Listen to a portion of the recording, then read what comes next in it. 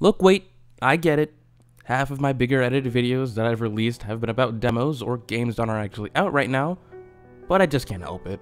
At least this game has its playable alpha demo still available in Steam, so if you want to give the game a try, go swing on over to the Steam page and give it a play after this video. I even put the game's link in the description. The demo involves parts at the beginning of the game and a boss fight with leaderboards you can try and get the best time on.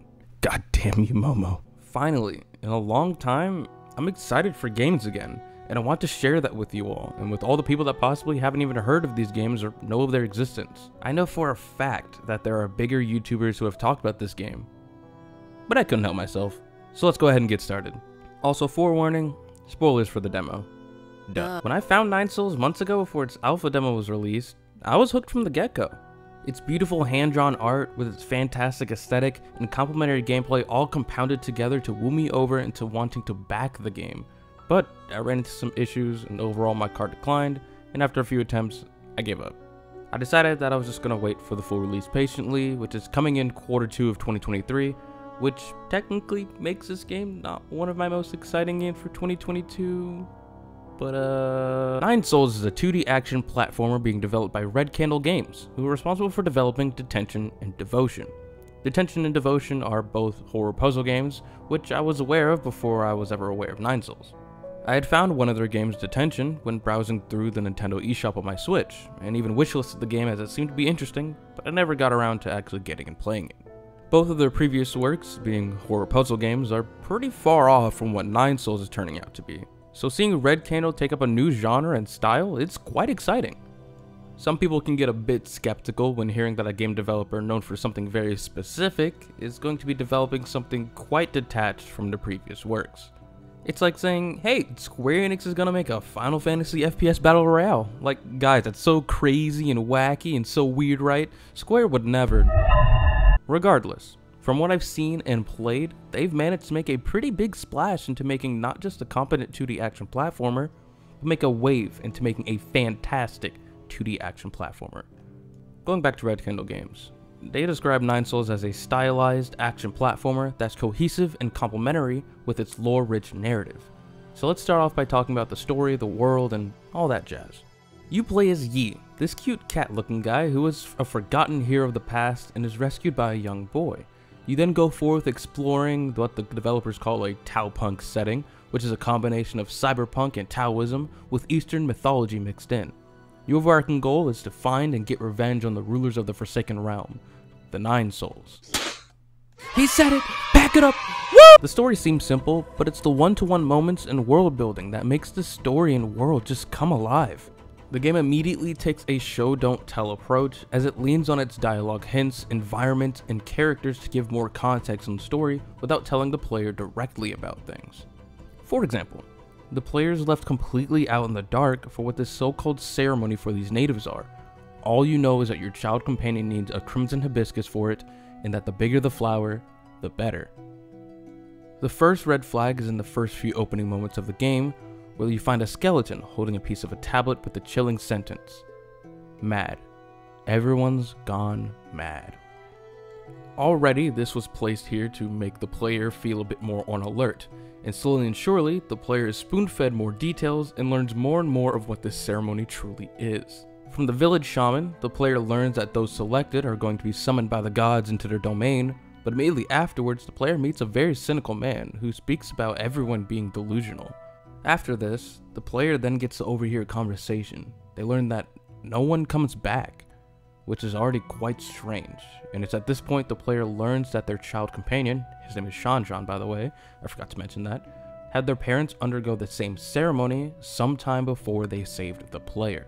Then the day of the ceremony comes along, where the player gets a strange reading from a character they've not been introduced to, immediately cementing the idea that something more is going on, and that not only do I have ulterior motives, but this ceremony is not at all what it seems.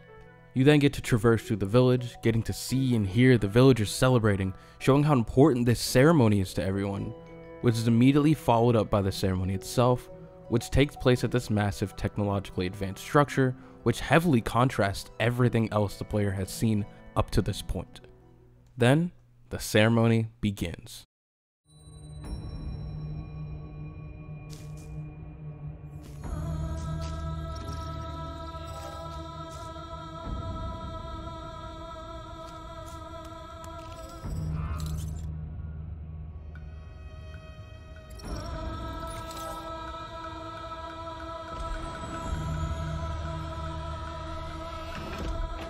Oh, they're being lifted to heaven. You know, maybe this is— oh my god! It's at this point the truth has finally been seen by the player, cementing everything the player has been considering and speculating up to this point. When I had first played through this, it genuinely shocked me, as it was not at all what I was expecting, and was a bit shaken up knowing that this was what has been happening to so many people, including Sean-Sean's parents. Speaking of which— kid, you gotta get out of there! The player does eventually save the kid and goes down to this human harvesting facility, where the player sees chunks of meat of the previous individuals and countless bodies being dissected of their limbs and moving down a conveyor-like system. You even see a room full of all the disposed flowers and acquire a blood-soaked hibiscus. All of this hinted at from just a tablet the player doesn't even have to pick up. I loved the one-to-one moments this game had when building up to this moment. It gave me the pieces to try and figure things out ahead of time, and still allows for the environment to speak for itself, which I saw more of in the underground human harvesting facility with the previously mentioned rooms and with this alarm system. It shows that there are two individuals in the facility, the player and the cynical old man from before. It also mentions that there's a breach in the breeding zone, and the word breeding makes me wonder, what the fuck are they doing with these bodies? Which is a question that has been set up from the very beginning and not answered up to this point, leaving the player to speculate more and more after each environmental detail and each bit of dialogue.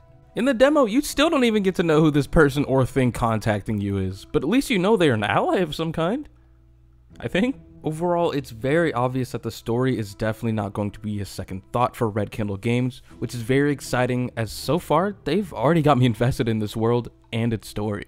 Let's swing back to when the player first enters the facility so we can start talking about the gameplay, which Red Candle describes as Sekiro Light, and spoiler alert, it sure is. When entering into the facility, the player runs into their first enemies, and this is where the player learns the flow of combat and their tools for dealing with said threats. You walk up to the enemy and then BAM! Parry, BAM! Execute, BAM. Badass.